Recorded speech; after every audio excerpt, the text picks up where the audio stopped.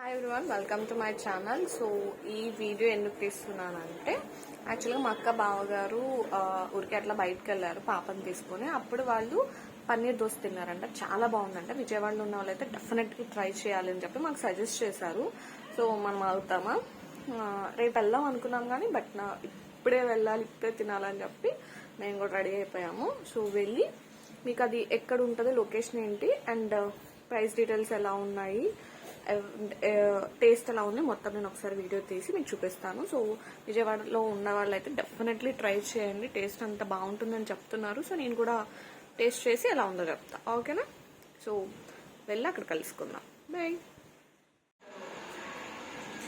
ఇది నేను కొన్న రోజు ఎక్కాను, మళ్ళీ ఈ రోజు వెళ్తున్నా దీని మీద. ఫుడ్ ట్రక్ ఎక్కడ ఉంటుందంటే మీకు కరెన్సీ నగర్ ఆయుష్ హాస్పిటల్ ఐడియా ఉంటే కనుక దానికి కొంచెం ముందుకు వస్తే మనకి ఇక్కడ లెఫ్ట్ సైడ్ ఉంటుందన్నమాట. ఇక్కడ చాలా వెరైటీస్ ఆఫ్ దోసెస్ ఉన్నాయి. ధోని దోశ అంట, pizza dosa and mixed dosa. So మేము ఏం చేసామంటే నాకు పిజ్జా దోశ తినాలని ఉండే, ఒక pizza dosa 2 pizza dosas and ఒక మిక్స్డ్ దోశ తీసుకున్నాము. హాట్గా ఉంది, బయట చల్లగా ఉంది, దోశ వేడిగా ఉంది, చాలా అంటే చాలా టేస్టీ ఉంది. సో ఇది పిజ్జా దోశ అనమాట.